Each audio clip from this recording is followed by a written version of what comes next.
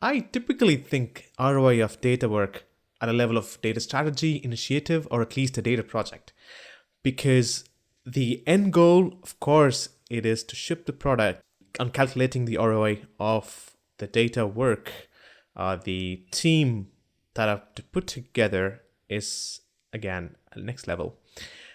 But sometimes, especially when defending the budgets when it comes to companies and also the head counts, we need to go to a level of individual people, and some data roles are closer to making direct business impact than others.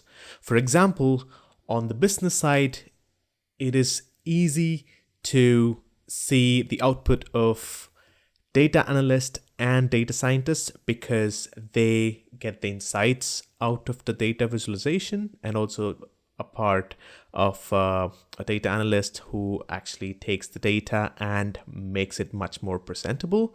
But on the other hand, the people who actually work in the trench of making the data available and setting up the whole data lake or data warehouse system that makes it easier to do all the queries for the analyst. So the people who actually work on the trenches could be data engineers or analytics engineers, for example. Because of that, ROI has to be calculated differently for each role. Though the impact of data engineers is very indirect, it could be a huge lever if they make others more productive. So, for example, it could be data engineers making the availability of data and the processing, speed up the process of actually pulling out the data for the analyst so that the query doesn't take long term, and it could be done more or less on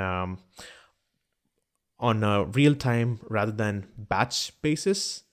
In my opinion, that could be very productive. This concept is incredibly helpful when managing a team.